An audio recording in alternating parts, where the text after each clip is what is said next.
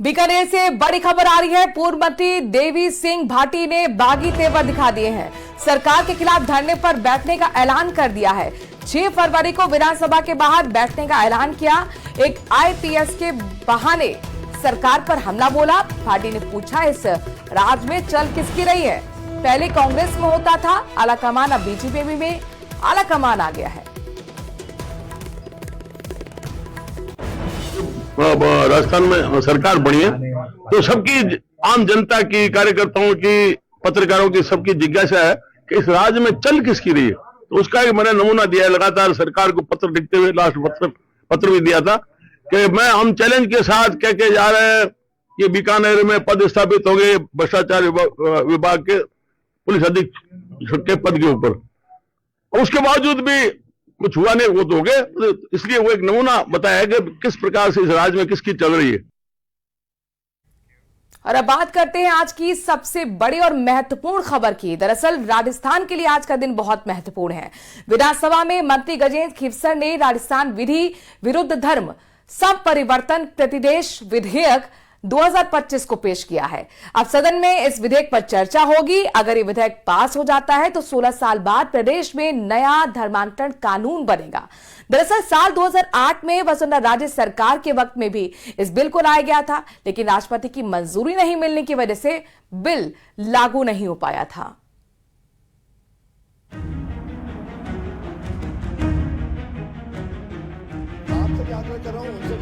सरकार ने क्या प्रयास किए, आप बताइए। आप यहां मिथ्या तथ्य पेश कर रहे हैं। धर्मांतरण विरोधी विधेयक सदन में पेश।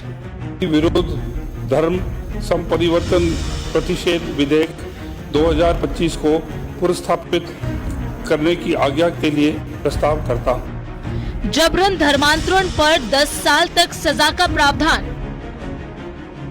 विधानसभा में मंत्री गजेंद्र सिंह खीवसर ने किया पेश।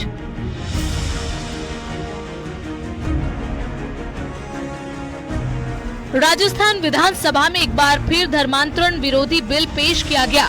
मंत्री गजेंद्र सिंह ने राजस्थान विधि विरुद्ध धर्म संपरिवर्तन प्रतिषेध विधेयक 2025 सदन में पेश किया।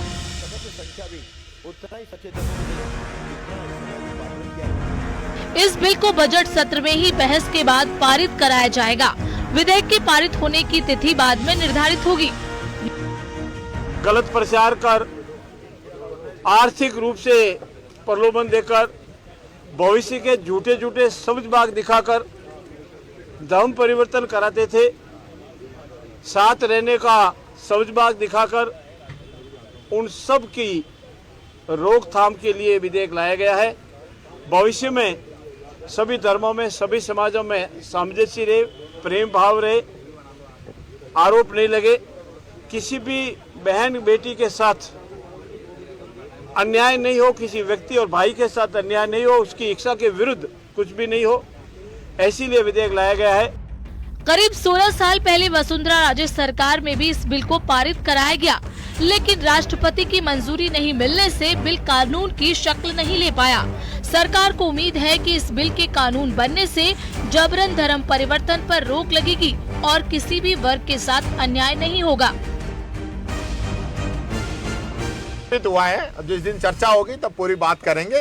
किन किन मुद्दों पर लेके आ रहे हैं, किस प्रकार की बातों को लेके आ रहे हैं, क्या संविधान के अनुरूप लेके आ रहे हैं, संविधान से अलग लेके आ रहे हैं, सारी बातें। जब पर पहले भी विधानसभा से यहाँ से पास हो चुका है, सब कुछ हो चुका है, क्या जरूरत आपको लग रही है कि इस वक्त में इसको वापस भेजा गया है शायद, इसलिए वापस इसको कर रहे हैं। पर जिस दिन बिल आएगा उस दिन इसमें पूरी अपन चर्चा करेंगे, पूरी बात को विधानसभा के अंदर रखेंगे। झारखंड, कर्नाटक और गुजरात में ये कानून पहले से ही लागू है। राजस्थान विधि विरुद्ध धर्म संपरिवर्तन प्रतिषेध विधेयक 2025 में कई कठोर प्रावधानों को रखा गया है, जिसके तहत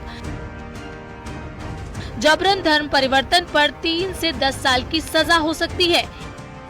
एक से ज्यादा बार अपराध करने पर सजा दोगुनी होगी। धर्म परिवर्तन में मदद करने वाले भी अपराधी माने जाएंगे।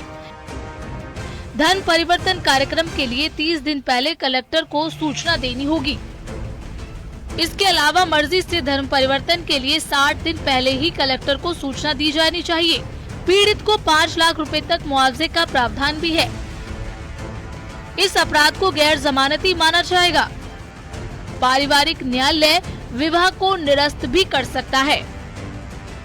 गौरतलब है कि 30 नवंबर 2024 को मुख्यमंत्री भजनलाल शर्मा की अध्यक्षता में हुई राज्य मंत्रिमंडल की बैठक में जबरन धर्म परिवर्तन विधेयक के मसौदे को मंजूरी मिल चुकी है।